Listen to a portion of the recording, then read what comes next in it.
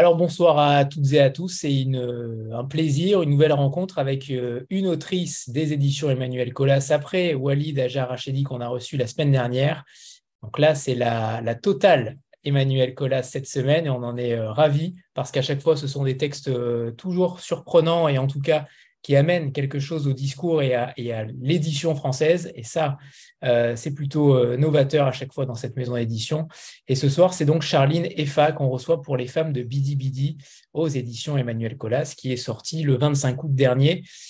Alors avant de donner la parole à Charline, déjà bonsoir à toutes les deux, mais avant de parler des Femmes de Bidi Bidi, j'aimerais que vous nous parliez, Emmanuel, de cette rencontre avec Charline, puisque c'est le premier roman de Charline aux éditions Emmanuel Colas, mais ce n'est pas son premier roman. Je voudrais que vous nous parliez de cette rencontre et de votre travail commun ensuite sur le texte, puisqu'il est apparu qu'en effet, vous avez peut-être fait des modifications toutes les deux peut-être sur des choix narratifs, peut-être sur des proportions de personnages qui seraient peut-être plus impactants. En tout cas, vous allez nous raconter tout cela, mais j'aimerais que vous nous parliez toutes les deux d'ailleurs. La parole est à la défense et ensuite à l'accusation. Que vous nous parliez toutes les deux de votre relation et en tant qu'autrice et en tant qu'éditrice. Merci Anthony et merci à tous d'être là. C'est toujours un grand plaisir de vous retrouver. Et aujourd'hui, je suis très heureuse d'être là avec Charline qui en effet est arrivée il y a très peu de temps dans cette maison, mais que je connaissais parce que je l'avais rencontrée une fois en Atlantide, donc au festival Atlantide, les mots du monde à Nantes, où je vais régulièrement depuis des années. Et nous avions échangé quelques mots voilà, le nom de Charline ne m'était pas inconnu et nous étions rencontrés. Et puis la vie va et chacun fait son chemin, je dirais.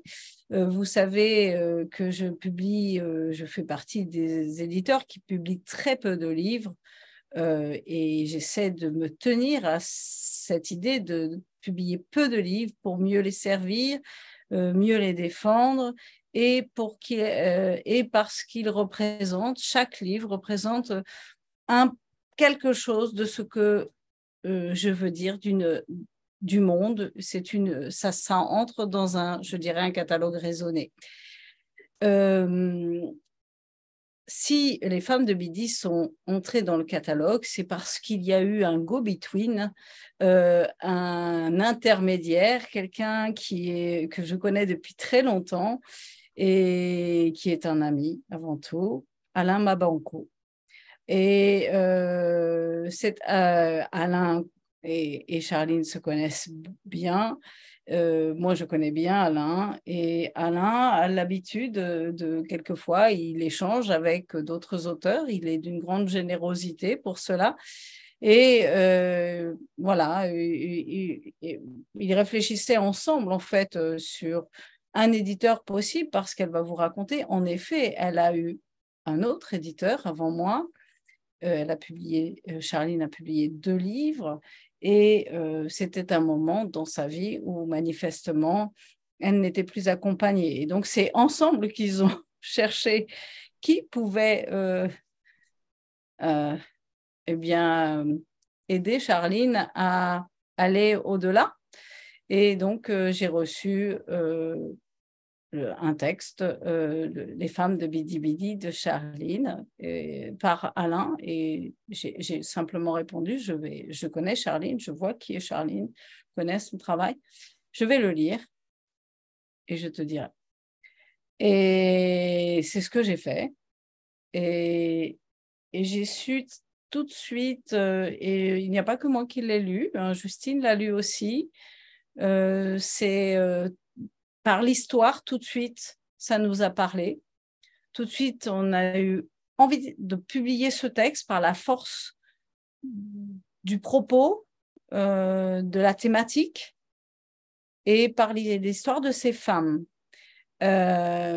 C'était d'autant plus évident pour moi que, vous le savez, je publie Djaïli Amadou Amal Et donc, et que ce n'était pas redondant, c'était une autre histoire.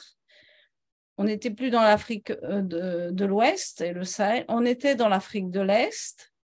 Par ailleurs, pour l'histoire elle-même, et puis Charline, et non pas du Cameroun, mais du Gabon, donc ça me permettait d'explorer, je dirais, d'autres problématiques, une autre vision aussi de la littérature, du rôle de la littérature, et tout en étant dans la cohérence.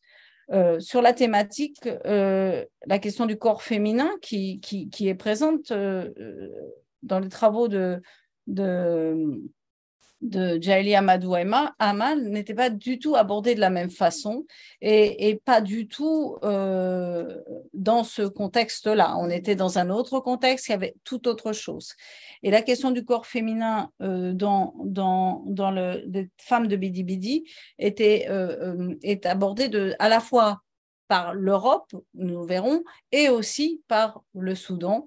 Et pour moi, ça me parlait d'autant plus que c'est la question du Soudan, je la connaissais bien pour avoir travaillé beaucoup sur l'Égypte, et donc le Soudan, on est dans une région qui ne m'était pas inconnue. Et voilà, donc l'histoire, le thème, après, voilà, il fallait qu'on se rencontre à nouveau. Nous nous sommes rencontrés, nous avons eu un bel échange et voilà, j'ai posé un certain nombre de questions. Est-ce qu'on peut travailler sur le texte ensemble? Parce que pour moi, c'est important. Donc, peut-être Charline va vous raconter un peu comment ce texte s'est construit, parce qu'il a eu une vie avant moi. Et moi, quand elle me l'a apporté, j'ai commencé à le lire, et nous avons travaillé ensemble. Je ne sais pas si c'est le moment d'en parler, plutôt laisser la parole à Charline pour rebondir sur ça et puis avancer, parce que sinon, je ne veux pas mobiliser la parole.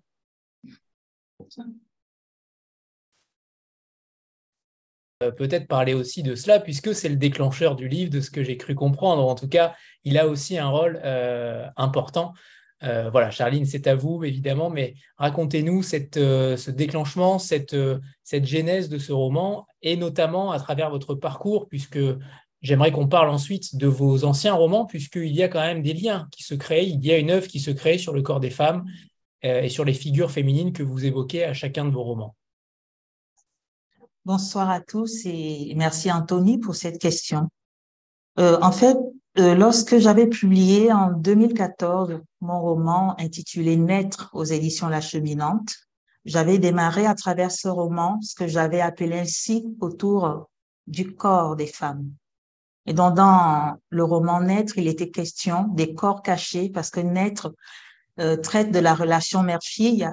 C'est l'histoire d'une enfant qui n'est pas voulue, qui arrive au monde et qui est cachée parce qu'elle bouleverse les projets d'une maman qui était déjà mariée à un homme et qui s'est retrouvée enceinte de son amant. En 2018, j'ai publié La danse de Pilar, et La danse de Pilar aborde la thématique des corps instrumentalisés en racontant l'histoire des femmes propagandistes des années 90 en Afrique qui étaient utilisées pour asseoir les pouvoirs politiques des premiers dictateurs qui ont été installés en Afrique subsaharienne. Donc, après avoir travaillé sur les corps cachés, ensuite les corps instrumentalisés, j'ai voulu travailler sur les corps outragés et la question des corps des femmes en temps de guerre. Et c'est comme ça que un jour, je tombe sur un article qui parle des camps de réfugiés dans le monde. Et l'article parlait en termes de statistiques, de pourcentages, de chiffres, de quotas.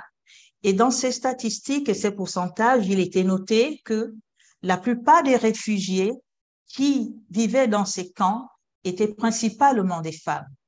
Et je me suis dit, c'est vrai que là, on en parle en termes de chiffres, de statistiques, mais qu'est-ce qu'on dit de l'histoire de ces femmes-là? Et j'ai poussé un peu mes recherches un peu plus loin. J'ai fait des recherches sur Internet, j'ai lu des articles, j'ai visionné des vidéos et j'ai commencé en 2019 l'écriture des manuscrits qui a fait une centaine de pages. J'écris un texte et après avoir terminé le texte, je l'ai relu et je ne le trouvais pas du tout abouti parce que j'avais l'impression que mes personnages n'étaient pas du tout incarnés. Et je me suis dit qu'il serait peut-être, pour aller chercher une forme de légitimité, il serait peut-être judicieux pour moi d'aller visiter un camp de réfugiés. Vous voyez, dans Les Femmes de Bidi Bidi, la narratrice va dans un camp de réfugiés. Ma narratrice a opéré ce parcours même avant moi. Et donc, je me dis, je vais aller visiter un camp de réfugiés. Je regarde la carte, aidée par François Rocher à cette époque-là. Et je me dis, j'ai le choix entre le camp de réfugiés de Bidi Bidi ou alors je choisis un espace où d'autres femmes sont réfugiées comme en RDC, mais la RDC ne semblait pas réunir toutes les règles de sécurité nécessaires à l'organisation de ce voyage. Et c'est comme ça que je prépare le voyage pour aller à Bidi Bidi. Et là, je rencontre des femmes sur ce camp. J'avais noté plutôt certaines questions que je voulais poser à ces femmes. J'arrive sur le camp de réfugiés et je rencontre des femmes très fières, silencieuses, altières, distantes. C'est-à-dire que j'ai finalement compris leur distance, j'ai finalement compris ce silence parce que quand on arrive dans la vie des gens, on est arrivé un matin, j'étais arrivée dans le camp de réfugiés, il était 10 heures, elle n'allait pas tout de suite se livrer à moi aussi facilement. Donc, je les regarde, je les observe et ce qui m'intéresse, ce sont leurs silences finalement. Parce que c'est dans leur silence, dans leur non-dit, dans quelques éclats de rire que je peux percevoir, dans les enfants qui passent, dans les atmosphères, les lumières, les couleurs, les odeurs. J'avais besoin de m'imprégner de tout cela. Et quand je suis revenue à Paris, j'ai ressorti le manuscrit, je l'ai retravaillé et je suis passée des manuscrits d'un texte de 100 pages à 300 pages. C'est vrai qu'après, lorsque Emmanuel a rencontré le texte, il faisait moins de 300 pages parce qu'entre-temps, j'avais élagué pas mal de détails. Et d'ailleurs, le travail éditorial que nous avons fait sur ce texte a consisté justement à couper certaines longueurs. Parce que j'avais décrit certains espaces de façon un peu trop longue. Et Emmanuel me disait qu'on ne va pas vite dans le récit, on n'arrive pas dans l'histoire rapidement avec toutes ces longueurs. C'est à ce niveau que le travail s'est fait avec mon éditrice. Et donc, je retravaille le texte après avoir rencontré ces femmes et je pense que la légitimité que je suis allée chercher était nécessaire parce que j'avais écrit le premier texte en vivant à Paris et c'était bien beau d'écrire un roman tout en étant à Paris, écrire sur des femmes réfugiées qui ont fui la guerre du Soudan du Sud alors que je ne connaissais rien de leur vie. Je trouvais cela un tantinet condescendant. Mais après avoir été à Bidi Bidi, je me suis sentie légitime. J'ai terminé l'écriture du texte. J'ai beaucoup travaillé sur ce texte jusqu'à ce que j'en parle avec Alain Mabankou et qui me dit, je pense que ce texte pourrait plaire à Emmanuel Colas. J'ai dit oui, j'ai pensé aussi à cette éditrice. Mais je n'ai pas pu, je ne lui ai pas envoyé le manuscrit parce que j'avais d'autres engagements et il fallait que je m'en défasse avant de pouvoir le lui proposer. Et dans le texte qui a été publié, qui fait 228 pages, initialement, il aurait fait 300 pages si on n'avait pas retiré les longueurs, notamment concernant l'histoire parallèle à Paris entre Minga et son père, parce qu'on a deux histoires. On a l'histoire parisienne d'Émile Meyer et sa fille et son épouse qui est partie, et à côté, on a l'histoire des femmes dans le camp de réfugiés. Sauf que l'histoire du père Émile Meyer et de sa fille Minga, qui est la narratrice, prenait un peu plus de place dans le roman, et cela venait un peu diluer l'impact que je voulais donner aux voix des femmes de Bidi Bidi.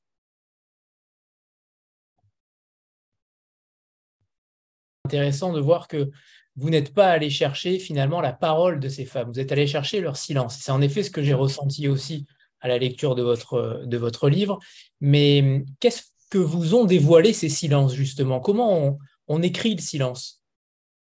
On écrit le silence. Je pense que la fiction, c'est l'espace qui permet justement de remplir les silences. Moi, en tant que romancière, je suis quelqu'un qui écrit avec tout et qui ressent avec tout.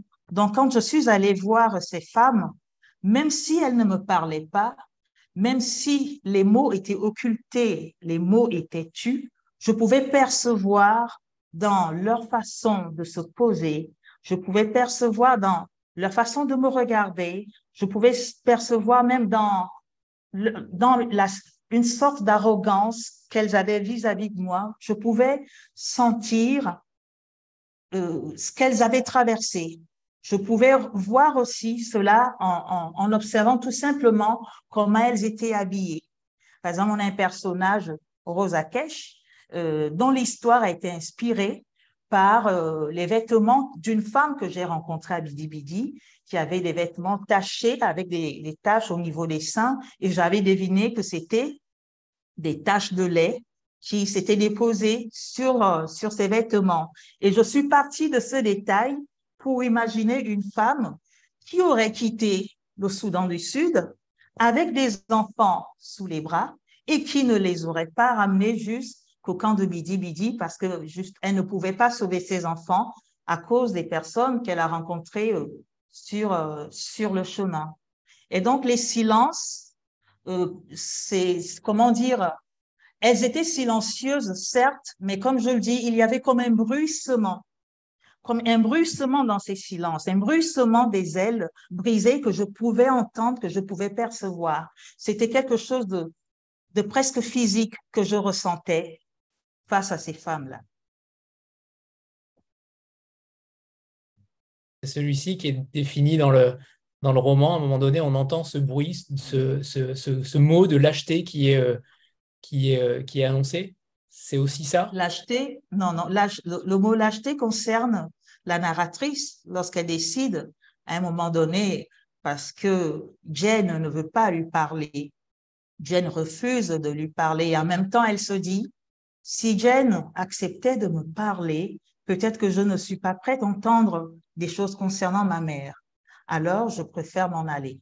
C'est à ce moment-là que quand elle décide de partir, elle a l'impression que l'univers entier, que tout ce qu'elle croise sur son chemin lui crie lâcheté. Scylla, justement, cette réfugiée du Soudan du Sud qui était l'une des dirigeantes d'un groupement de femmes de l'installation de Bidi Bidi. Est-ce que vous vous êtes inspiré aussi de cette femme-là? J'ai cru voir, pas du tout. Non, non, pas du tout. Ce que je sais, ce que j'ai compris, c'est parce que je me suis renseignée un peu sur les prénoms des femmes et que le prénom de Rose revenait souvent parmi les femmes de Bidi Bidi. Rose, Jane, c'est les prénoms qui revenaient très souvent parmi ces femmes-là. Et après, j'ai travaillé sur les noms de famille.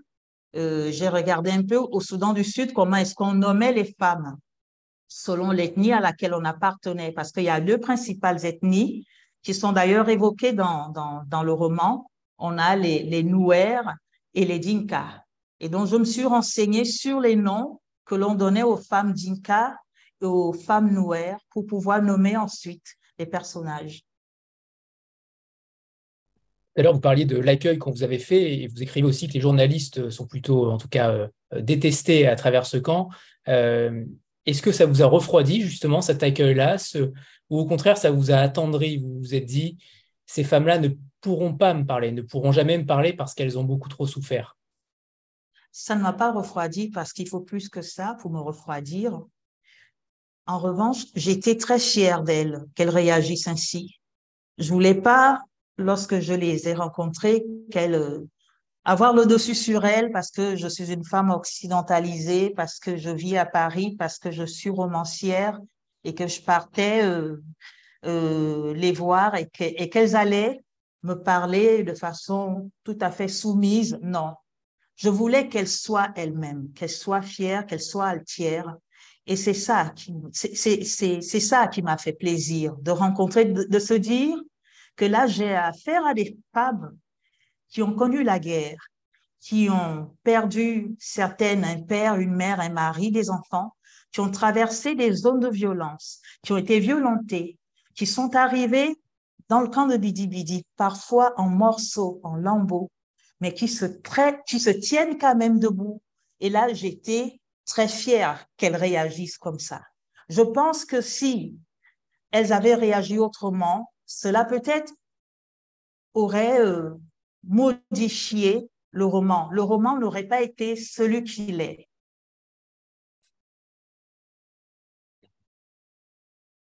Important de le préciser. Pour le coup, on a beaucoup parlé de ces femmes et en effet de l'accueil qu'elles vous ont fait. Vous précisez dès le début du livre que ce livre est une œuvre de fiction. Alors j'aurais voulu savoir, tout simplement, vous qui êtes aux confins de l'imaginaire parfois dans vos œuvres, là pour le coup c'est une fiction qui est issue d'un voyage quand même réel, avec une forme narrative à la première personne. Vous brouillez forcément un petit peu les pistes. Pourquoi ce choix-là de narration? Et ensuite, ma deuxième question étant sur la part de réalité que vous avez insérée dans ce roman-là. Comment vous avez agencé tout cela? Comment vous avez mâché la matière réelle et vous l'avez ensuite adaptée de manière romanesque? Les seuls moments où le réel intervient dans le roman, c'est concernant la description des lieux et des espaces. Et ce sont ces lieux, ces espaces que je voulais voir. Ce sont ces lieux, ces espaces qui ont motivé mon voyage pour Bidi Bidi. Et comme je vous l'ai dit au début de mon intervention, le texte, je l'avais écrit avant de me rendre à Bidi Bidi. Il y avait juste un travail sur les personnages que j'avais besoin d'aller plus loin avec les personnages. Je suis quelqu'un qui écrit beaucoup, qui aime ressentir les émotions. Je suis à la recherche à chaque fois d'une émotion pour construire un personnage. Et je n'avais pas ces émotions-là qui me permettaient de rendre les personnages plus habités, plus ancrés, plus forts.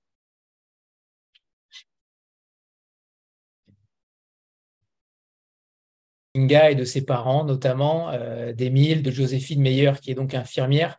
Comment vous les avez constitués, ces personnages? Est-ce que vous vivez encore avec eux d'ailleurs? Est-ce qu'ils sont encore dans votre tête, dans votre esprit? Est-ce qu'ils continuent après la sortie du livre? On sait que souvent les écrivains, une fois un roman sorti, passent à autre chose et veulent se débarrasser de la matière fictionnelle. Comment vous vivez avec eux et avec elles? Je pense qu'on les retrouvera dans un autre texte, notamment Minga, qu'on retrouvera dans un autre texte, pas celui sur lequel je travaille en ce moment, mais pour le texte d'après. On retrouvera Minga parce que elle vit avec moi tous les jours, elle m'habite, je ne peux pas m'en défaire. Mais concernant les autres personnages, par exemple, Émile Meyer, c'est l'un des personnages que j'ai construit en premier.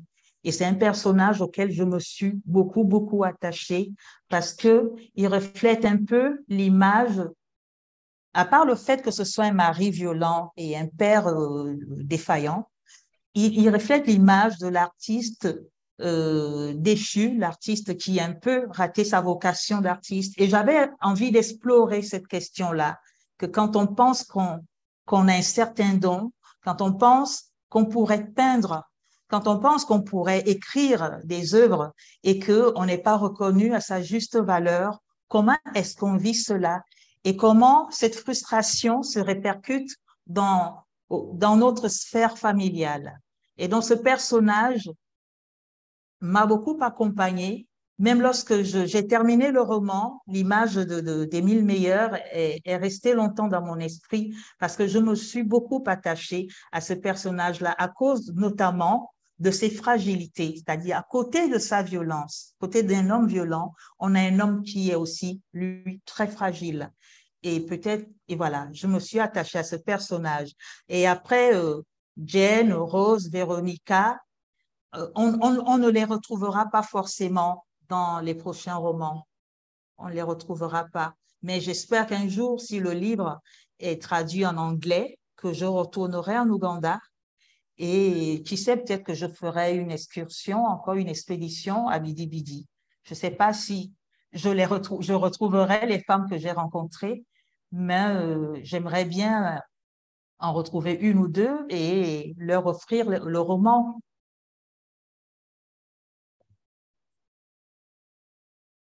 Parce que vous ne tombez pas dans le manichéisme. Et ça, c'est plutôt très intéressant. Malgré le sujet, les hommes dans ce roman sont souvent lâches, violents, faibles, Mm. alcooliques, misogynes. Et pourtant, alors je ne sais pas si on peut dire qu'on a, ça va être dur ce que je vais dire, mais de la tendresse pour Émile, mais il y a quand même vous arrivez à le rendre quand même presque attachant, presque attachant. C'est ça qui est intéressant aussi. Qu'est-ce qui se cache derrière cette volonté aussi de ne pas noircir constamment le tableau? C'est très important. C'est pourquoi je pense que je bénis les dieux d'être devenue romancière et que j'aime vivre dans le roman. Parce que le roman, c'est l'espace, à mon avis, où l'on n'accuse pas. Parce que lorsqu'on a affaire à un personnage, qu'on l'aime ou qu'on ne l'aime pas, quand on le rencontre, on peut le détester. Mais en lisant le texte, on se rend compte que s'il agit d'une certaine manière, c'est parce que ce personnage porte aussi en lui des fêlures, porte en lui des brisures, et que ça lui donne, ça fait en sorte que on le trouve attachant et qu'on lui accorde des circonstances atténuantes. Il y a pas mal de personnes qui ont détesté Émile quand elles ont lu, quand elles ont lu ce texte. Mais moi, j'essaie de lire, quand je lis un texte ou même quand j'écris sur certains personnages, j'essaie de me tenir distante de mon histoire personnelle pour pouvoir aimer un personnage, pour pouvoir aussi le construire totalement. Tradition ancestrale, et je vous cite page 28, comment la tradition dans laquelle il avait été élevé, dont il tirait l'outrecuidance avec laquelle il traitait sa femme, n'avait-elle pas imaginé, un seul instant, qu'une femme était capable de pareil affront, quitter un homme? On ne l'avait pas prévenu, sinon il aurait anticipé, ne se serait pas appuyé sur sa seule éducation. Il comprenait maintenant que ces traditions ancestrales n'étaient pas aussi solides que ça. Quelque chose les avait fissurées, et cette chose, c'était une femme, sa femme. C'est intéressant ce passage aussi qui parle aussi beaucoup de l'Afrique et de ces traditions-là qui ont un impact fort sur le patriarcat et sur la tradition d'une femme qui est la plupart du temps, ou en tout cas beaucoup dans ces sociétés-là, qui est affaiblie. J'aimerais que vous nous parliez de ça, justement, de ce passage-là qui est extrêmement fort et qui montre à quel point les hommes, ou en tout cas Émile pour l'instant, est totalement fissuré par ces traditions-là. Il ne peut voir que cela. Il ne peut voir que ces traditions ancestrales et ce qu'il a vécu dans son passé. Oui, Émile Meyer est un homme d'une certaine époque. C'est d'ailleurs, la narratrice le dit dans le roman, elle parle de tradition fan. Dans la tradition fan, les rôles sont définis. L'homme est le chef de famille, quel que soit ce qu'il gagne, quel que soit, même si sa femme gagne mieux sa vie, gagne mieux sa vie que lui, l'homme reste le chef de famille, même si c'est un vaurien, ça reste le chef de famille. Et donc pour Émile, qui est parti du Gabon pour la France, il a ramené avec lui, il a pris avec lui ces traditions-là qu'il a voulu calquer, qu'il a voulu appliquer dans son foyer. Mais il avait une femme qui, elle, vivait à une autre époque, c'est-à-dire une femme qui avait fait des études et qui avait un grand besoin, un grand souci de liberté. Et c'est quoi Émile, comme on dit, il est complètement déphasé, déconnecté de la société dans laquelle il vit. Lui, il vit encore à son époque, à l'époque où les hommes allaient épouser des femmes, les placer dans le foyer, les hommes allaient travailler, les femmes n'avaient rien à dire. Or là, il a affaire à une femme rebelle. Et il regrette justement pourquoi est-ce qu'il a épousé une femme qui a un tel besoin, un tel souci de liberté.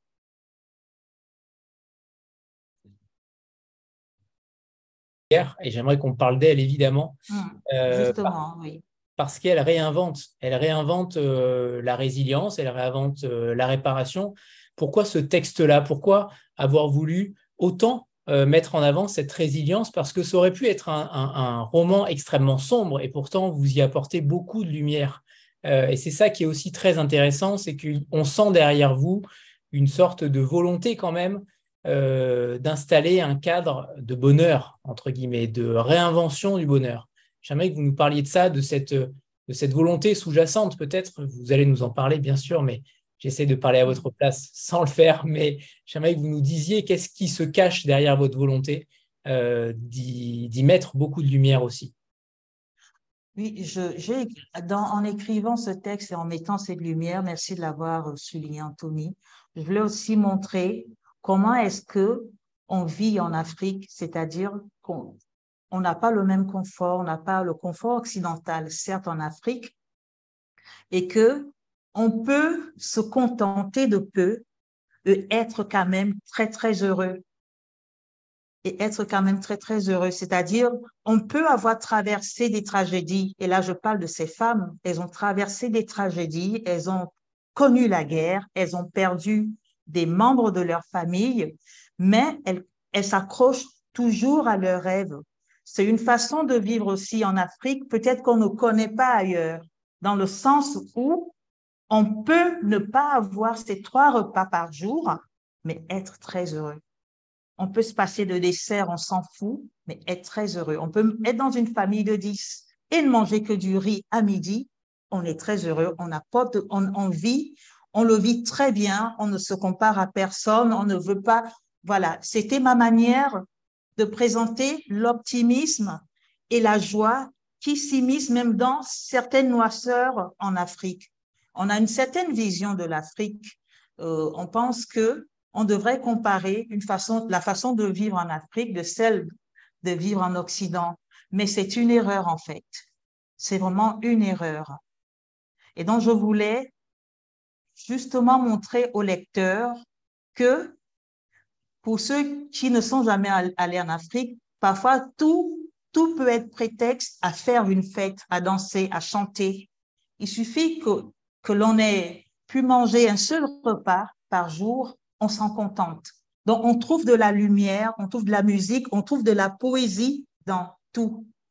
Donc, ce n'était pas juste la volonté d'une romancière de ne pas écrire que de la noirceur. C'est aussi lié à mon éducation de fille africaine qui a vécu cela dans le sens où, en Afrique, pour nous, un drame, on en parle et puis après, on passe.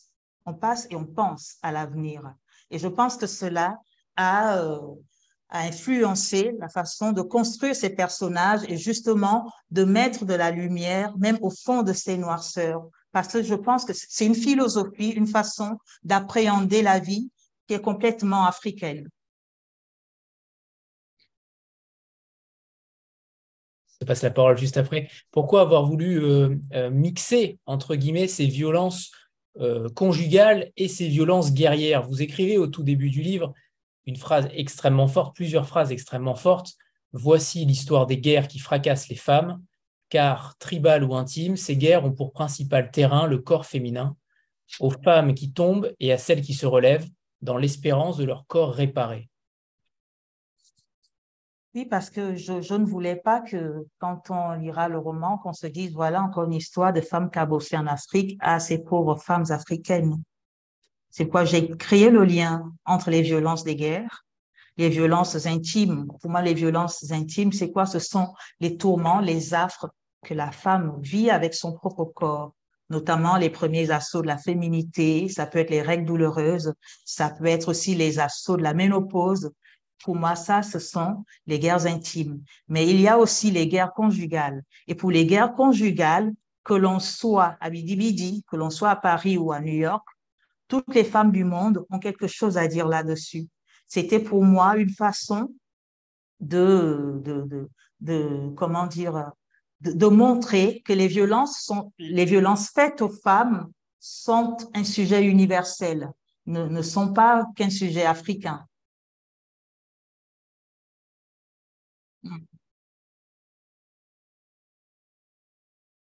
Bonsoir. Vous venez d'évoquer le point que je voulais évoquer avec vous, c'est que moi j'ai vu à travers ces femmes et à travers votre écriture que j'ai trouvé à la fois d'une grande simplicité et d'une grande beauté. J'ai oublié de vous dire que j'avais été extrêmement touchée par votre livre, mais avec quelquefois même des montées de, ça m'arrive très peu en lisant, mais les larmes presque qui me montaient aux yeux. Et justement parce que je les ai trouvées dans tout ce qu'elles pouvaient vivre assez universel. Et j'ai trouvé que votre écriture pour expliquer en effet, le début de la ménopause, la contraception qu'on fait avec les moyens du bord, les seins de rose qui doivent être bandés parce que voilà. J'ai trouvé que votre écriture était vraiment à la fois extrêmement simple et extrêmement belle. Et vous venez de répondre à la question, mais finalement, je me demandais si vous n'aviez pas voulu écrire sur toutes les femmes du monde, parce que c'est à la fois sans tabou votre écriture, et ça fait vraiment du bien de lire des propos sur les femmes qui soient sans tabou. Vous n'en faites pas trop, c'est juste dans la bonne mesure. Voilà. Donc du coup, vous avez déjà répondu à ma question, mais je voulais quand même vous dire que moi, j'ai pas du tout vu que des femmes africaines justement meurtries dans leur corps, mais aussi des femmes qui finalement, comme beaucoup de femmes sans doute ailleurs, doivent se débrouiller de ce corps. Donc merci. Merci à vous, merci pour ce retour de lecture. Et rassurez-vous, moi-même aussi, j'ai pleuré en écrivant ce texte. Au moment où j'écris la scène lorsque Rose est contrainte de noyer ses enfants. Je m'arrête un moment, je pleure, je me lève, je prends un verre d'eau. Après, je reprends l'écriture. Et c'est vrai que je voulais que ce soit un discours universel autour des corps des femmes. Je suis plutôt contente que ça a marché.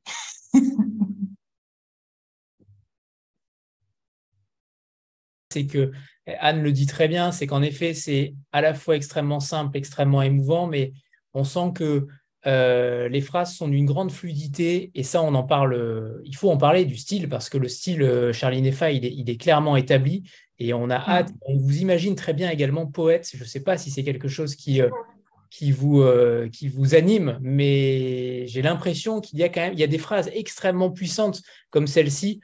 On peut haïr une femme, mais on ne peut haïr une femme battue. C'est vrai qu'il y a des phrases comme ça qui sont un petit peu chocs, qui sont extrêmement puissantes, notamment ce passage aussi où Émile enjambe le corps de sa femme qu'il vient de battre.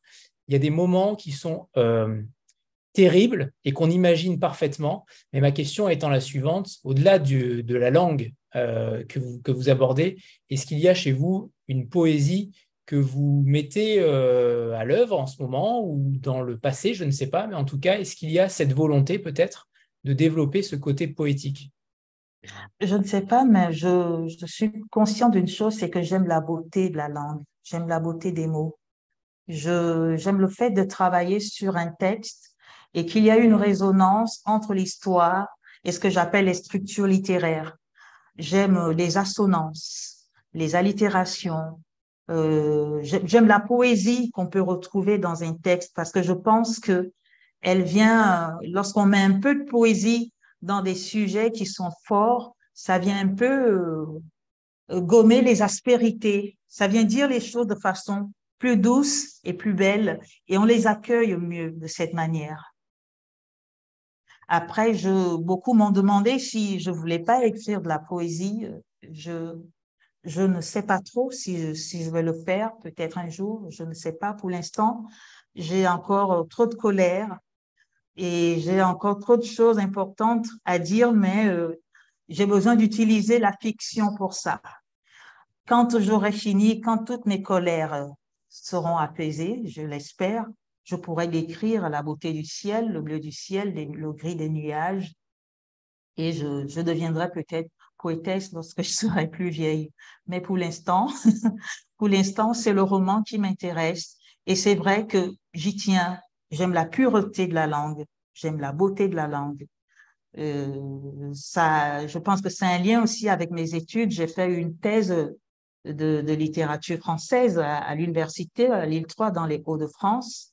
Et j'étais toujours intéressée par les travaux de narratologie, d'esthétique littéraire, de stylistique. C'est ça qui m'intéressait, le style, les mots, la beauté du verbe et aussi toutes les sonorités que l'on peut retrouver dans une phrase, dans un texte. Je suis très attachée à ça.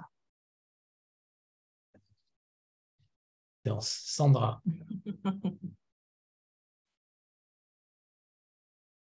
Bonsoir tout le monde, bonsoir Charline, bonsoir Emmanuel. Bonsoir Sandra. Je vais rebondir sur ce que vous disiez à l'instant sur la beauté des mots. Vous avez fait des études littéraires en plus. Est-ce qu'il y a des auteurs tout simplement qui vous ont inspiré aussi peut-être le travail sur le style, sur la poésie et quels sont-ils, si c'est le cas, ou si votre inspiration vous est propre, hein, évidemment, mais est-ce qu'il y a des auteurs qui vous ont peut-être influencé dans ce sens? Sur le style, non, pas beaucoup d'auteurs, mais je sais qu'il y a une autrice qui m'a beaucoup inspirée, la première romancière sénégalaise, je crois, Mariama Ba, qui a écrit une si longue lettre.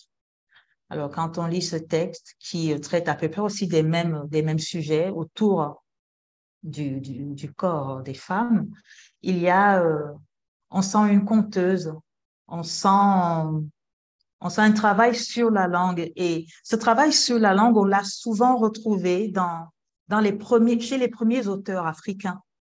Les tout premiers auteurs africains avaient cette exigence ou cette envie de montrer qu'ils pouvaient aussi maîtriser la langue française, en tout cas bien l'écrire.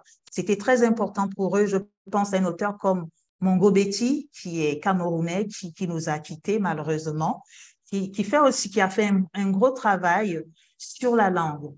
Et donc, Mariama Ba, je la citerai. Et après, j'ai lu un peu de tout.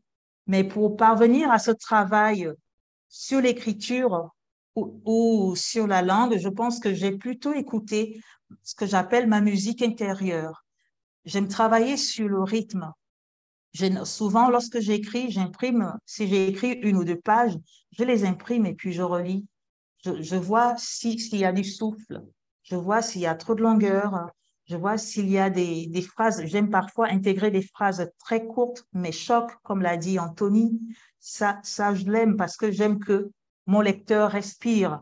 Et d'ailleurs, le fait que j'ai intégré, par exemple, des lettres, pour moi, ça me permettait, lorsqu'on avait une lettre de Joséphine Meyer que j'intégrais dans le roman, ça permettait au lecteur de basculer vers autre chose, de respirer un peu parce que je voulais pas ennuyer le lecteur.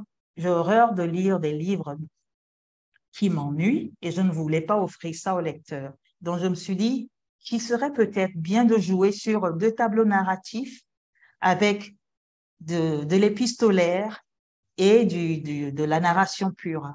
Donc, oui, c'est la façon. J'écris en fait le genre de livre que j'aimerais lire. Et j'aime bien lire les auteurs qui font un effort de style. C'est vrai que c'est pas courant. Tout le monde, aujourd'hui, on lit de plus en plus des textes qu'on aime, qu'on pourrait lire facilement dans le métro, dans le train. Non, je suis assez sélective. Je suis une lectrice très difficile et j'écris aussi pour des lecteurs et des lectrices qui pourraient me ressembler, qui attendent d'un écrivain un travail sur la langue. Un travail sur la langue, il faut bien qu'il y ait une différence entre un article d'un journaliste et une page d'une romancière, d'un romancier en tout cas. En tout cas, moi, c'est mon avis sur l'écriture.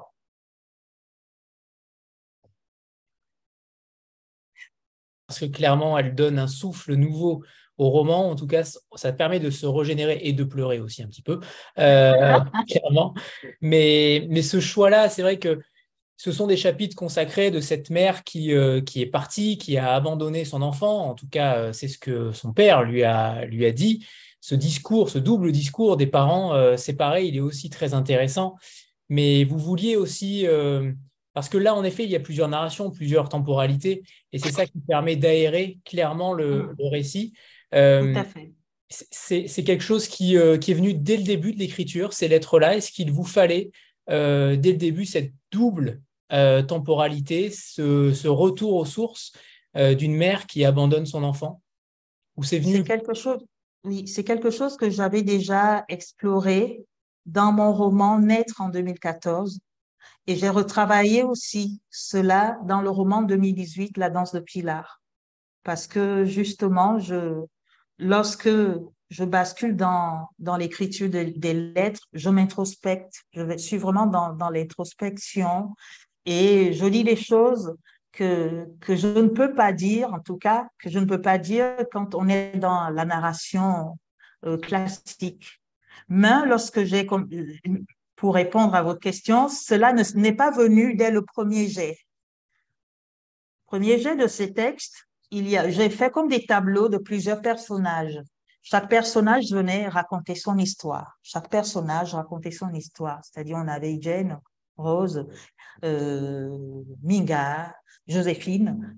Et il y avait même des personnages qui sont pas dans le roman final. Chacun venait et racontait son histoire.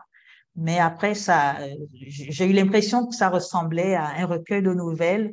Et donc, il a fallu que je trouve une narratrice qui serait le lien entre ces différentes voix qui se mêlaient dans le roman initial. Et les lettres sont arrivées justement après. Parce qu'à un moment donné, une fois que j'avais terminé le deuxième jet, j'ai laissé le roman reposer pendant 2 ou 3 mois avant de le reprendre. C'est à ce moment-là que l'idée des lettres s'est imposée et j'ai trouvé qu'elle était géniale parce qu'elle a complètement modifié le roman. 3 grosses parties plus un épilogue démarre avec des écrivains, j'imagine, inspirants. Tout à l'heure, vous parliez de style, et j'imagine que Khalil Gibran, Toni Morrison, Maëlys de Kerangal et Charlotte Delbo ont ce style-là, c'est une évidence. Oui. Ces écrivains-là, qu'est-ce qu'ils vous évoquent? Parce que ce sont des phrases évidemment clés dans le récit, mais pourquoi les avoir insérées au début de chaque chapitre? Non, parce qu'en fait, je les ai insérés et j'ai inséré un extrait d'un de leurs textes au début de chaque chapitre parce que j'avais l'impression, en tout cas, c'est comme ça que j'ai ressenti que l'extrait résumait un peu le propos du chapitre qui allait suivre. Mais c'est vrai que Toni Morrison, par exemple, c'est une romancière qui m'a construite. Toni Morrison, ça fait partie des premiers auteurs que je lis, que je découvre comme ça parce que elle n'était pas au programme scolaire. Et je pense que j'avais 16 ans lorsque je lis Beloved. Je ne comprends rien à ce texte, mais je le trouve intriguant, je le trouve noir, je le trouve bien fouillé, rempli. Je le lis. Quelques années après, je le relis quand même. Je pense que c'est un texte que j'ai lu 3 ou 4 fois. Et donc, s'il y a un texte, c'est un texte qui m'a poursuivi pendant toutes ces années, c'est parce qu'il est puissant, c'est parce qu'elle ne joue pas avec les mots, c'est parce qu'elle ne joue pas avec les personnages qui campent ces romans. Et j'affectionne ce type de littérature.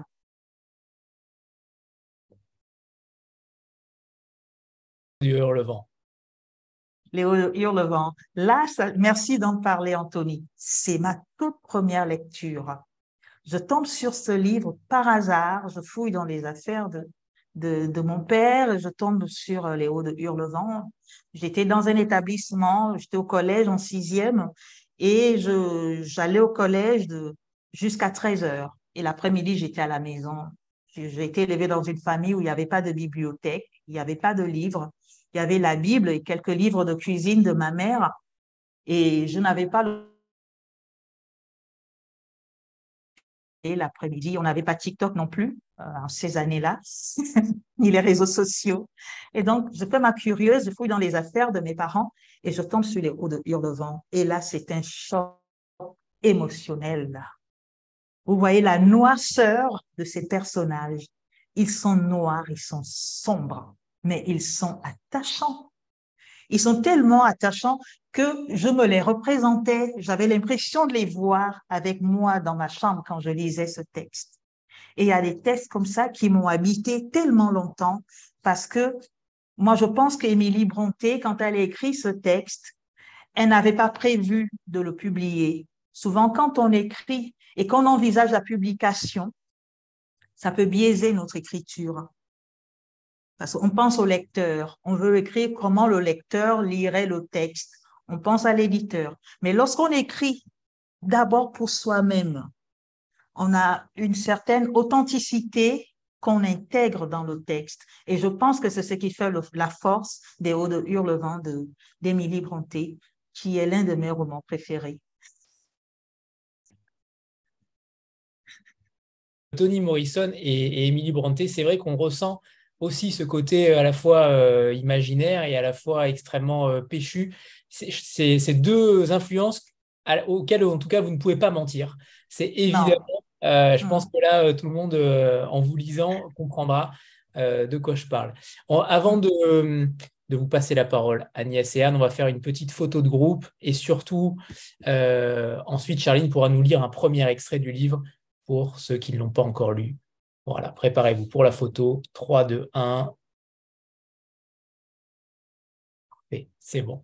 Charline, c'est à vous pour le premier extrait. Le premier extrait. Alors, le premier extrait, il est à la page 111. J'ai eu du mal à choisir un extrait. Tellement, tout le texte est tellement beau. Pourquoi, en effet, je comprends. Alors, la page 111. Oui, c'est bien la 111 que j'ai noté. Oui, 111. Ma mère avait sauvé sa propre vie en y laissant une incisive, des ongles arrachés et des litres de larmes qui s'étaient déversés dans l'appartement familial et dont les traces semblaient bouger le soir dans la lumière du salon. Son désespoir avait hanté les murs, même après son départ. Elle n'avait pas imaginé que bien des années plus tard, elle allait trouver ce qu'elle avait fui et qu'elle avait tenté d'oublier dans les yeux des femmes qu'elle soignait, dans leur façon de traîner leur corps, dans le spectacle d'une lèvre fendue ou d'une dent cassée. C'était comme si ses propres fêlures avaient voyagé dans le temps pour se réincarner dans des corps différents, des corps qui lui rappelaient que l'oubli, parce qu'il est le frère du déni, était la pire offense pour toute femme battue. Merci, Charline. Alors, Agnès, c'est à toi, puisque Anne, tu as déjà posé une question. Priorité à Agnès. Du coup, je n'étais pas prête. Alors, Bonsoir, Charline. Bonsoir, Agnès. Ma question était, alors malheureusement, je n'ai pas encore lu votre texte, mais c'est pour bientôt. Et en fait, la question que je me posais, c'était plus par rapport à la posture de romancière, de romancier, face à un sujet qui est en cours, qui fera un jour partie de l'histoire, mais qui pour l'instant fait partie de l'actualité, puisque Bidi Bidi est, je crois, le deuxième camp de réfugiés au monde, et qu'il continue à y arriver des gens tous les jours. Et donc, la question que je me posais, c'est comment, lorsque quelque chose ne fait pas encore partie de l'histoire ou enfin voilà, que ça fait partie de l'actualité, quelle est la difficulté qu'on rencontre pour en faire de la fiction plutôt qu'un essai ou un reportage? Comment vous vous êtes positionné par rapport à ça? C'est une très belle question. En fait, pour pouvoir en faire de la fiction, il fallait juste faire il fallait chercher juste un espace, l'espace qui est Bidi Bidi, et après sortir de l'espace pour décrire certains personnages, notamment les personnages vivant à Paris. Je pense à Joséphine, qui a d'abord vécu à Paris, à Émile Meyer et à Minga aussi, qui a vécu à Paris avant son expédition à Bidi Bidi. Et puis, c'est vrai qu'on m'a posé cette question, on m'a demandé pourquoi je n'en ai pas fait un essai, parce que déjà, je ne sais pas écrire des essais, je ne sais être que romancière. Et comment en faire une fiction? Pourquoi ne pas en faire un essai? En faire une fiction, c'est travailler sur l'humain, en fait, sur l'humain, sur les destins des personnes qui vivent dans un camp de réfugiés. Ne pas se contenter de chiffres, de statistiques, ne pas se contenter de la grande part historique et politique qui est en filigrane de ces drames-là. Parce que pour ceux qui s'intéressent un peu à l'histoire de l'Afrique, ces femmes sont arrivées à Bidi-Bidi parce qu'elles ont fui une guerre qui a éclaté au Soudan du Sud en 2015, juste 4 années après l'indépendance du Soudan du Sud en 2011. J'aurais pu parler de cette guerre-là entre les Nouer et les Dinka. Maintenant, je voulais savoir comment est-ce que lorsque une femme Dinka serait tombée amoureuse avant la guerre d'un homme Nouer et que lorsque la guerre a éclaté, que l'homme Nouer est devenu combattant et qu'il est allé tuer les Dinka, comment au sein du couple on réinvente l'amour? C'est ce genre de questions, des questions humaines, de destin, qui intéressent la romancière. Et c'est pourquoi je pense que la fiction est plus appropriée là, à ce niveau. Donc la fiction vous semble être plus forte en fait que la Tout à réalité. fait. Oui. Merci.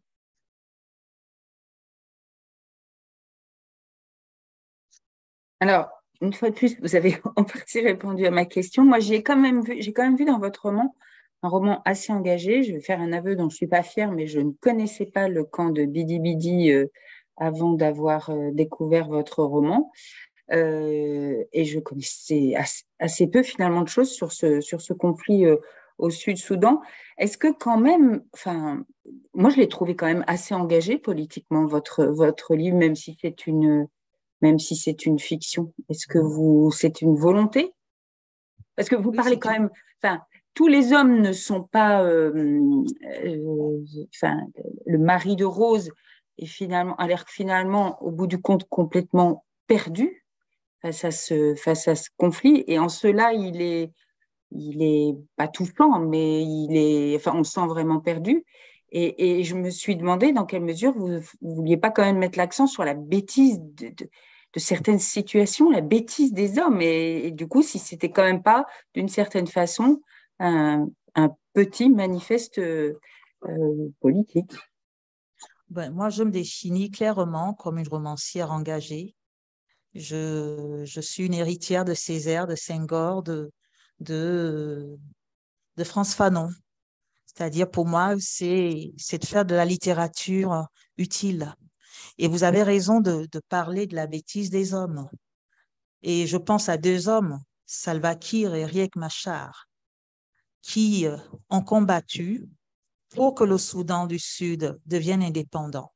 Une fois que le pays est devenu indépendant, l'un a occupé le poste de président, Salva Kiir, et Riek Machar, son ami, le poste de vice-président. Sauf qu'entre les deux, les tensions sont nées. Et les deux appartiennent à 2 ethnies différentes. L'un est Dinka et l'autre Nuer. Ce qui fait que les tensions entre les 2 amis d'hier, qui sont devenus ennemis, se sont répercutées sur la population. Et les Dinka et les Nuer ont commencé à s'entretuer. Ce qui est déplorable, c'est que beaucoup de guerres en Afrique trouvent des origines aussi ridicules, c'est-à-dire une guerre entre 2 amis qui se sont mal partagé le pouvoir et une guerre qui après se répercute au sein des populations. C'est ce qui est dommage. Et parfois, nous oublions, et c'est pourquoi il est important d'écrire pour marquer les choses dans le temps et dans les esprits, parce que parfois nous oublions les origines de certains conflits.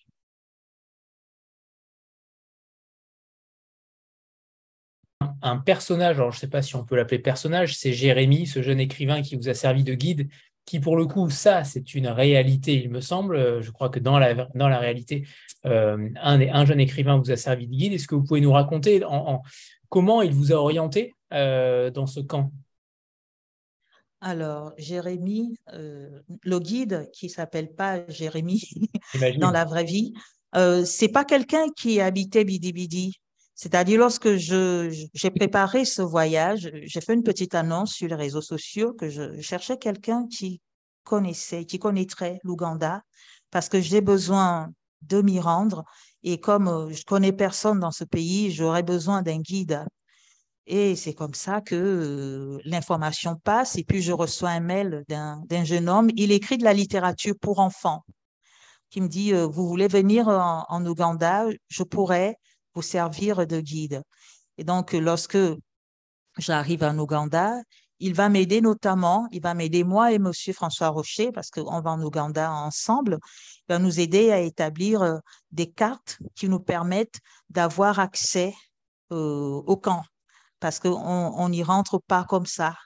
Il faut faire établir des cartes qui donnent l'accès au camp et puis il faut respecter certaines procédures. Et donc, ce jeune écrivain va être un peu facilitateur parce que je ne sais pas où je vais, où je dois aller, dans quel bureau je dois me rendre pour me faire établir ces cartes-là. Donc, dans la préparation même de mon voyage de Kampala, qui est la capitale de l'Ouganda, de Kampala jusqu'à Bidi Bidi, qui est au nord de l'Ouganda, il va être facilitateur, ce jeune écrivain. Il va m'aider, il va nous orienter et puis il va s'occuper de la location d'un véhicule avec un chauffeur. À ce moment-là, évidemment, vous attachez un rôle particulier, singulier aux figures féminines. Elles sont évidemment extrêmement présentes. J'aimerais savoir si potentiellement, dans un futur proche, est-ce qu'un homme pourrait faire l'objet d'un personnage principal dans votre roman? Est-ce que vous vous sentez de faire cela ou au contraire, vous voulez porter le combat de ces femmes, une fois de plus, dans vos romans et dans vos œuvres? Le texte sur lequel je travaille en ce moment n'est pas habité principalement par les figures féminines. Donc, je pense quand vous le lirez, j'espère dans 2 ou 3 ans, que vous aurez la réponse. Mais c'est vrai que j'essaie de me mettre dans la peau d'un homme. Et il faut dire que j'écris aussi avec mon histoire, j'écris avec l'environnement dans lequel j'ai grandi, qui était essentiellement féminin, en fait. Dans ma famille, on a plus de femmes que d'hommes. Et toutes ces femmes qui m'ont entourée, des mères, des tantes, des grands-mères, des arrière-grands-mères, ça fait que, voilà, que je m'intéresse plus à la cause des femmes. Mais je pense que je sortirai un peu de cette sorte de zone de confort un jour et que je construirai des personnages masculins qui seraient les héros d'un de mes romans. Je suis romancière, je pense que j'y parviendrai facilement. De ma part, mais c'était intéressant de savoir si vous vous en sentiez capable ou si vous aviez des difficultés justement à vous mettre dans la tête d'un homme. J'ai une question ou en tout cas une demande, Charline, qu'est-ce que vous leur diriez à ces femmes-là? Qu'est-ce que vous leur diriez là aujourd'hui en 2023? Qu'est-ce que vous leur conseilleriez sans condescendance, mais en tout cas, vous leur diriez quoi aujourd'hui après ce passage, après l'écriture de ce roman? Aux femmes de Bidi. Aux femmes de Bidi Bidi. Oui. Oui. Si je devais repartir à Bidi Bidi, j'espère que j'aurai le livre en anglais. Je leur demanderai de le lire et je leur demanderai si j'ai su capter leur histoire dans leur silence. Si en 2020, c'est vrai, quand je suis allée en 2020, elles ne m'ont pas beaucoup parlé, elles m'ont presque rien dit, mais est-ce que je ne les ai pas trahies en écrivant ce texte? Est-ce qu'elles sentent que j'ai porté leur voix? Est-ce qu'elles sentent que j'ai mis les mots qu'il fallait sur leur tragédie?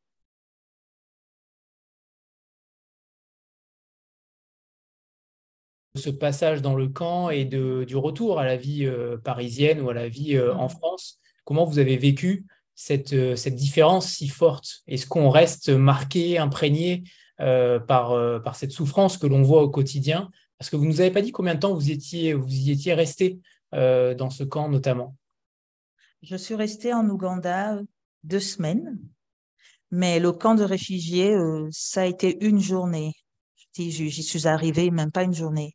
Je suis arrivée autour de 9h, 10h. Je suis restée 4 à 5 heures parce qu'on ne peut pas y rester longtemps.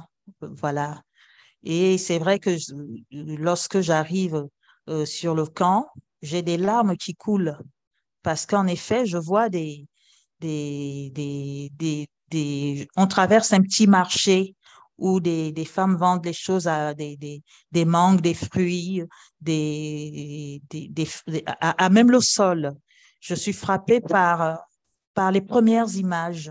Et là, c'est vrai que je pleure un instant. Quand on arrive vraiment dans le camp, les premières minutes, je pleure. Et après, quand je rencontre les femmes et que comment elles se tiennent, ça me fait basculer vers autre chose. Elles se tiennent debout. Entre ce que je vois et comment elles me parlent et se tiennent, il y a un fossé, il y a une différence. Et là, je reconsidère ma position, je reconsidère mon regard. Et ce qui est bien, c'est que pourquoi je suis allée dans ce camp, c'est que en faisant mes petites recherches sur Internet, c'est vrai qu'il y a plusieurs camps de réfugiés dans le monde, mais Bidi Bidi, qui est le deuxième plus grand camp de réfugiés dans le monde, reste quand même un camp bien organisé. C'est vrai que quand les gens arrivent, on leur met un kit d'installation, on leur octroie une parcelle pour qu'ils puissent cultiver, faire pousser des tomates, des légumes, et qu'il y a une organisation qui fait que on ne peut pas forcément être condescendant. Il y a une organisation, les gens ne meurent pas de faim, les gens ne dorment pas dehors. Il y a des tentes pour les personnes qui arrivent à peine. Dans le kit qu'on leur remet, les gens peuvent dresser leur tente. Et pour les personnes qui sont installées sur le camp, qui a été construit en 2016, hein, pour les gens qui sont installés dans ce camp depuis plusieurs années, elles ont pu construire des huttes en briques de terre. Et puis, il y a toute une organisation en plusieurs villages, en chefs de village. Et donc, voilà, ça n'a rien à voir, certes, avec ma vie à Paris, mais ça n'a rien de misérable non plus, en fait. Ce qui est difficile, c'est ce que ces femmes-là ont connu avant. C'est ce pays qu'elles ont laissé en feu. C'est les corps qu'elles ont dû enjamber, qu'elles ont dû traverser pour se rendre jusqu'à Bidi Bidi. Mais Bidi Bidi, c'est vrai que c'est un pays, j'appelle ça un pays transit, un entre-deux, mais qui a complètement une organisation qui permet à ces femmes de s'accrocher à leurs rêves. Et je crois que c'est cette organisation-là qui fait en sorte que ces femmes se maintiennent quand même debout.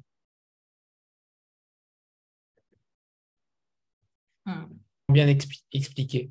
Émilie, c'est à toi. Bonsoir, bonsoir Charline, bonsoir tout le monde. Bonsoir.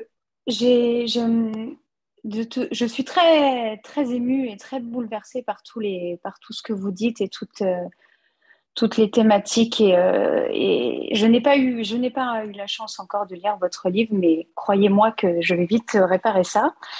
Ma question, ça serait de savoir, est-ce que vous auriez l'envie, parce que vous abordez des choses quand même très fortes, d'aborder ces thèmes-là, mais pour un public, des lecteurs plus jeunes? Alors que ça soit à travers un roman peut-être plus jeunesse ou un roman graphique, une bande dessinée ou une autre manière pour justement parler de tout ce qui est fort et ce que vous avez besoin d'exprimer. Est-ce que c'est quelque chose auquel vous avez déjà pensé de vous adresser à un plus jeune public?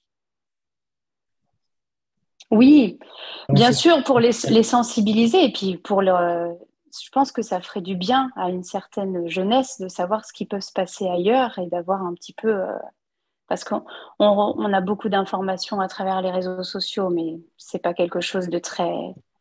Enfin, je pense que le livre a encore cette place importante pour véhiculer certains messages et moi, enfin, de ce que de vous entendre là, je me dis que ça pourrait avoir un message fort d'être entre les mains d'un public un peu plus jeune.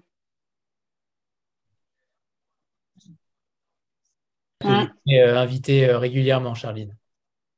Merci. Ben, je laisserai le livre le temps de faire son chemin, d'aller vers les lecteurs. Et puis peut-être qu'il y a des occasions qui vont se présenter pour qu'il soit adapté pour un public plus jeune. Je ne sais pas comment tout cela se fait, mais je pense que ça dépend du chemin que prend une œuvre et qui l'œuvre rencontre. Et de ces rencontres-là peuvent découler d'autres projets. Mais c'est vrai qu'il est important que les plus jeunes soient au courant d'une certaine actualité qui n'ont pas forcément sur les réseaux sociaux. Et d'ailleurs, même les moins jeunes, hein, j'étais à une rencontre littéraire il y a quelques jours. Il y a pas mal de gens qui sont venus me voir. J'étais à une signature en librairie et j'ai présenté le livre. Et il y a des personnes aussi d'une certaine génération pourtant, c'est-à-dire un peu plus vieilles que moi, et venant aussi d'Afrique, mais qui n'étaient pas au courant qu'il y avait un camp qu'on appelait Bidi Bidi et qui se situait en Ouganda, entre l'Ouganda et le Soudan du Sud. Personne n'était au courant. Beaucoup de personnes ne sont pas au courant de l'existence de ce camp. Et c'est encore là l'une des forces du roman. Parce que quand on regarde sur Internet, il y a quand même beaucoup d'articles sur le camp de Bidi Bidi, de la part de la presse, de la part des journalistes. Moi, je découvre ce camp justement aussi en cherchant sur Google. Mais il n'y a eu aucun roman, il n'y a pas eu d'œuvre fictionnelle en tout cas autour de ce camp. Je vous cite un passage pour qu'on parle de Moïse, ce chef de village numéro 10, qui dit, vous le citez, « Enterre le passé, ton histoire, ce que tu as vécu jusqu'au jour où tu es arrivé jusqu'à nous. Enterre tout ça, creuse un trou suffisamment profond dans ta mémoire et enfouis tout, tes rêves, ta jeunesse, tes ambitions.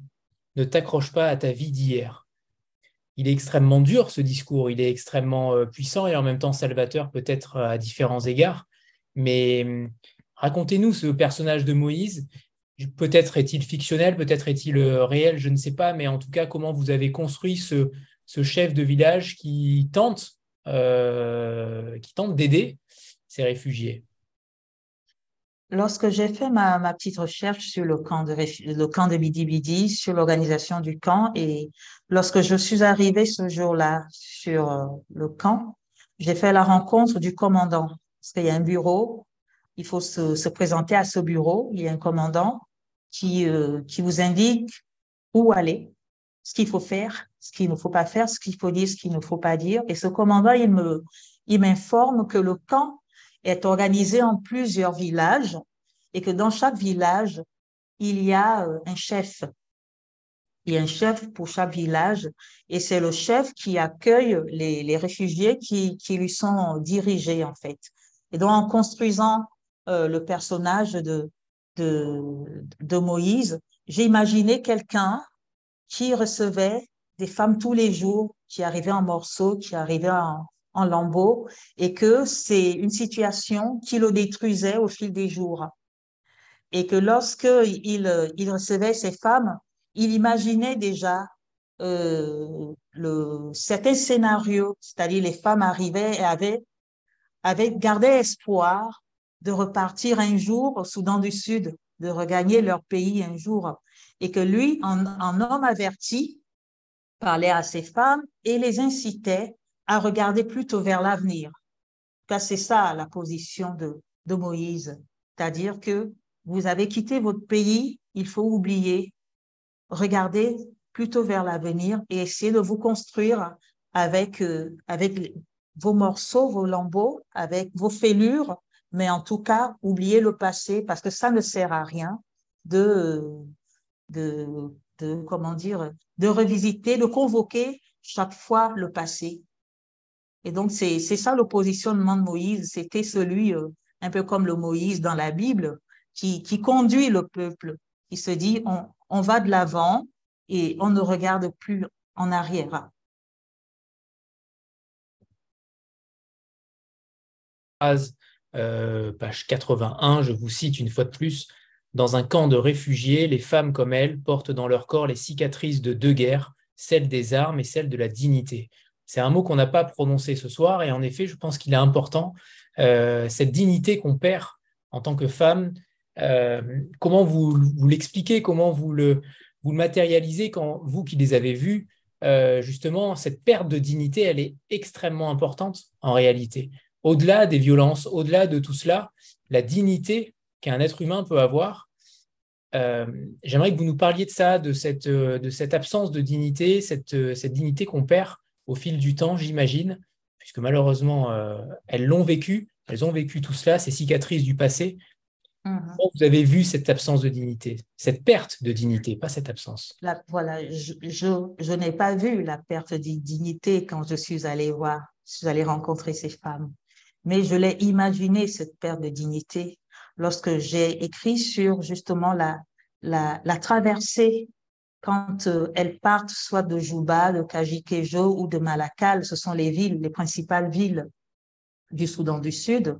Lorsqu'elles quittent ces villes-là pour se rendre au camp des réfugiés de Bidi-Bidi, elles font des rencontres qui sont très dangereuses. Il y en a qui se font violer, il y en a qui se font voler, il y en a qui se font maltraiter, il y en a qui se font même enlever.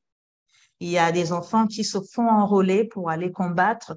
Et à un moment donné, quand elles arrivent, elles ont tellement été malmenées, tellement été violentées que leur dignité est atteinte. Il y a des femmes qui ont été, la plupart des femmes qui ont traversé, qui ont quitté le Soudan du Sud pour l'Ouganda, ont été violées sur la route. Mais elles arrivent quand même à se relever. Ça peut être dur, c'est même très dur. C'est d'ailleurs pourquoi il y a un chapitre que j'ai intitulé « Des cabosses dans la peau », parce que les cicatrices ne sont pas que physiques. Les Nouers ont des cicatrices, les femmes issues de l'ethnie Nouer ont des cicatrices. C'est un rituel qui veut que des femmes Nouer portent des cicatrices sur le visage.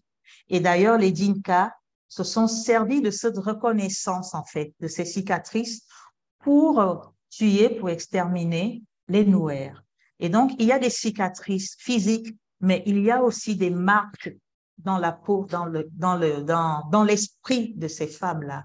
Et c'est à ce niveau-là que leur dignité est atteinte.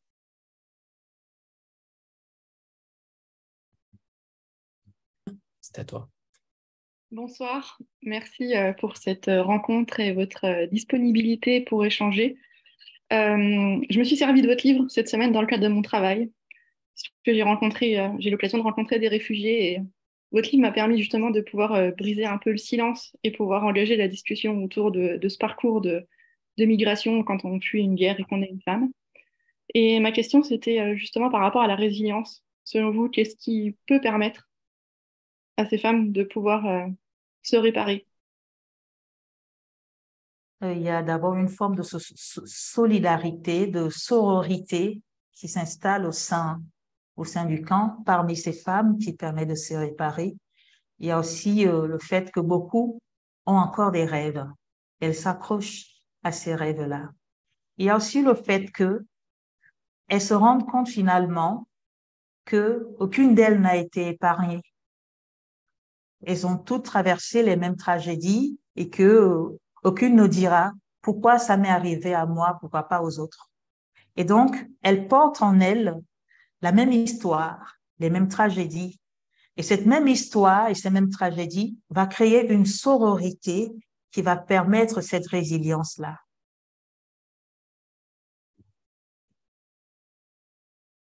C'est magnifique cette phrase. Oui. Terrible. Et elle est authentique, elle est vraie. Elle est vraie. Il y a un passage également où j'ai trouvé ça aussi très intéressant, c'est là où vous dites que les tragédies communes ne rendaient pas les hommes plus solidaires. C'est aussi très intéressant de parler de ça, du fait qu'on pense peut-être qu'une tragédie, qu'une guerre, que des violences conjugales puissent parfois souder les hommes et les femmes, et en réalité, parfois ce n'est pas le cas. J'aimerais que vous nous parliez de ça, puisque je vous cite, les tragédies communes ne rendaient pas les hommes plus solidaires, une sorte de haine de l'autre ancrée faisait qu'ils s'enviaient, se détestaient, se combattaient. Les tragédies communes n'autorisent pas les élans de fraternité. Au contraire, la cohabitation au sein du camp avait révélé un lot d'hostilité tapi sous une étoffe de colère suspendue, de désirs refoulés, de paroles amputées et d'horizons bouchés. En fait, ce qui est déplorable, c'est que lorsqu'on a affaire à des humains qui se retrouvent dans un espace comme un camp de réfugiés, on est tenté de penser que, comme c'est des personnes qui ont traversé les mêmes tragédies, il y aurait une solidarité d'emblée qui s'imposerait entre les hommes et les femmes. Mais ce qu'on oublie, c'est que ces personnes qui sont là se sont d'abord entretuées, en fait, dans leur pays, au Soudan du Sud. C'est que les Dinka et les Nouers se sont fait la guerre et se faisaient la guerre pendant que les autres ont fui le pays. Et donc, lorsqu'ils se retrouvent dans le camp de réfugiés, il y a ces haines tassées qui résonnent encore. Même si l'urgence est pour chacun de se reconstruire, mais ils se regardent quand même en se disant, ben ça c'est un Dinka, il a dû tuer des Nouers, ça c'est un Nouer, il a dû exterminer des Dinka. C'est-à-dire qu'il y a une histoire commune qui est basée sur une tragédie que l'on ne peut pas oublier comme ça parce qu'on a changé, on s'est déplacé parce qu'on a changé d'espace. Les réfugiés, les gens qui ont fui la guerre ont quitté le Soudan du Sud, mais ils ont emporté avec eux aussi leurs vieilles querelles.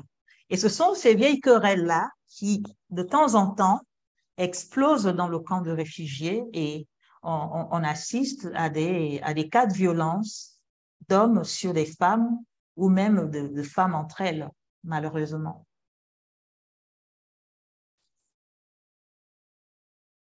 Beaucoup de passages, notamment sur, c'est peut-être pour cela que Anne y a trouvé beaucoup de politique aussi sur ce passage-là, page 108, la misère est une maladie bien trop contagieuse et nous étions des virus ambulants sur lesquels la science aurait dû se pencher depuis longtemps au lieu de laisser les médias annoncer cette année-là la journée des droits des femmes et le remboursement de l'interruption volontaire de grossesse par la sécurité sociale.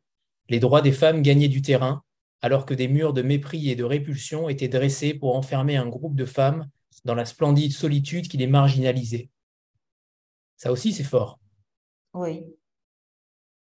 C'est un extrait qui se déroule à Paris, justement, de Joséphine Meyer qui se réfugie dans un logement qui abrite les femmes cabossées et les femmes, comment ça s'appelle, les logements d'urgence, voilà, qui accueillent les femmes qui ont fui la violence d'un foyer conjugal ou alors des personnes complètement désaxées. Et justement, ces femmes vivent dans un endroit un peu à part et que on a l'impression souvent que le monde se divise en deux. Il y a les marginaux, mais qu'on aimerait oublier s'il était possible. On oublie les marges, on oublie les personnes que la société normale a vomi et le monde continue et fait continuer son chemin sans se préoccuper à côté des femmes qui sont mises de côté. Et c'est aussi, c'était pour montrer que la misère des autres, elle nous gêne quelque part.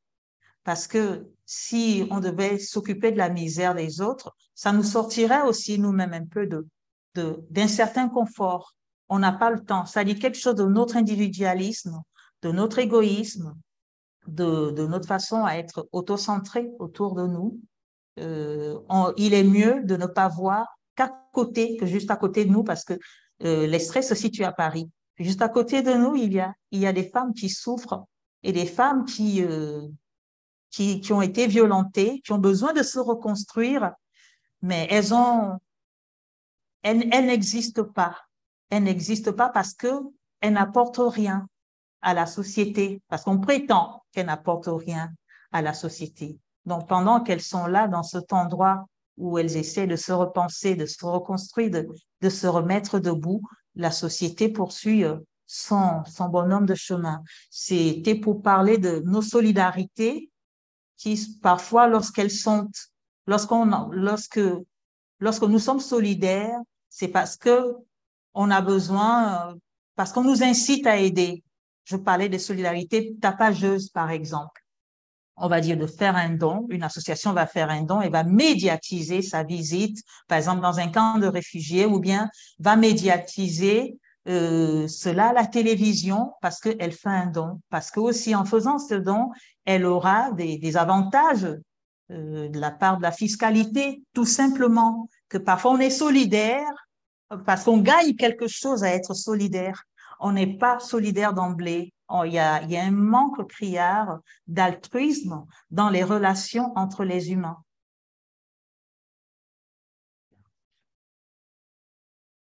Est-ce que vous pourriez nous lire un second extrait des femmes de Bi? On va aller à la page 163.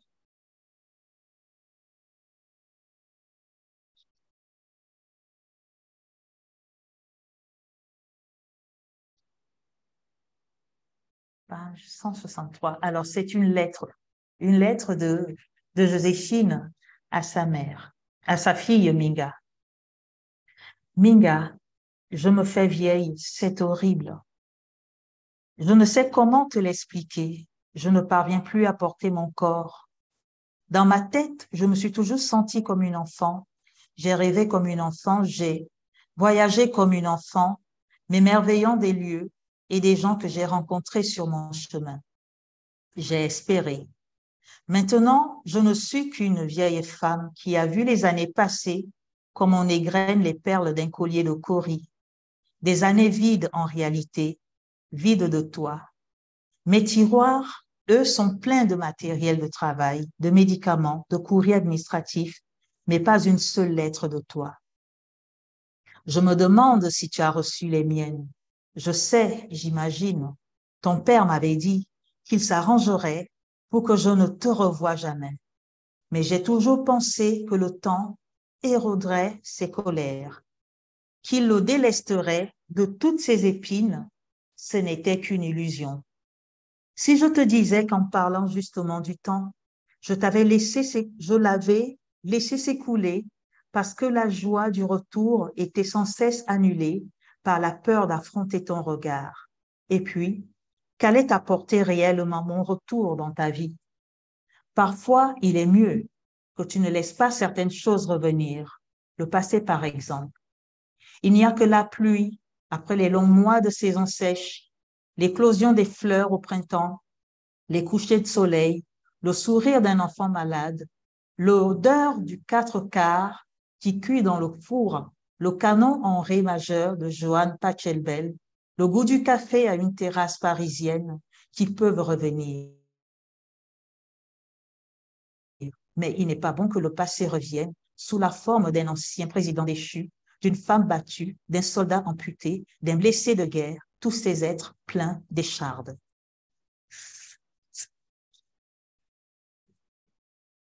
Dès le début du récit, on comprend très vite que les lettres ont été dérobées, en tout cas pas montrées du tout à Minga par son père pour éviter justement qu'elle tisse un lien avec sa mère par voie épistolaire.